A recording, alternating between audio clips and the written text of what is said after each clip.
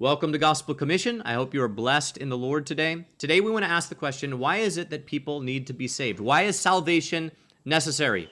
Usually when talking about salvation in this way, we're talking about the aspect of salvation, namely reconciliation, being reconciled to God. So we want to ask the question, why is it that we need to be reconciled to God? Let's go to Ephesians chapter 2, verse 1 through 3. And you were dead in your trespasses and sins, in which you formerly walked according to the age of this world, and according to the prince of the power of the air, the spirit who now works in the sons of disobedience. Among them we all also once lived in the lust of our flesh, doing the desires of the flesh and of the mind, and were by nature children of wrath, even as the rest.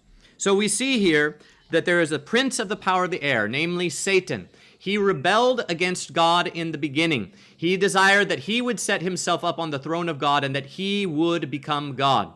But then after he rebelled, he went down to mankind, Adam and Eve, and he gave them the offer to enter into that rebellion. He told them, if you eat of this tree, you will become like God, knowing good and evil. They wanted to become like God, and so they sinned against God, rebelled against God, and for that were cast out of the Garden of Eden, separated from the tree of life, condemned to death. We were all born in this world mortal. We are born condemned to death because of Adam's sin, but we also entered into that rebellion. Instead of submitting to the living God, we did what it says here, that among them we all also once lived in the lust of our flesh, doing the desires of the flesh and of the mind. In other words, instead of submitting to the living God, we chose to submit to our own desires and do what we wanted, not what God wanted. We followed Adam and Eve and Satan in the rebellion and entered into a war with God. This is why we need reconciliation with God, because we're at war with him.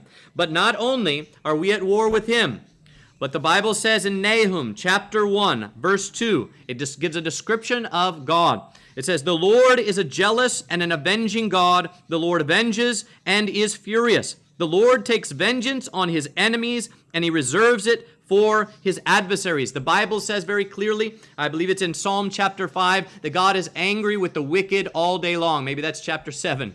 But that God is angry with the wicked all day long. And it says here in Nahum that God will bring into judgment and he will bring vengeance on his enemies.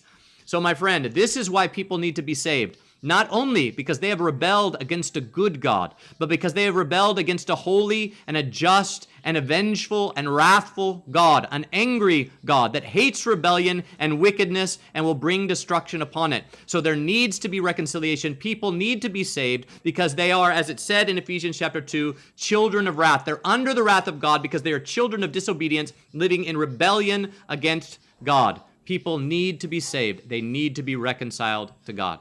God bless.